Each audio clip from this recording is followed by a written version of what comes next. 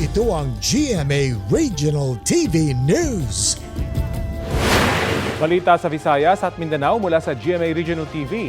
21 estudyante ang isinugod sa pagamutan sa Talisay, Negros Occidental matapos sumama ang kanilang pakiramdam.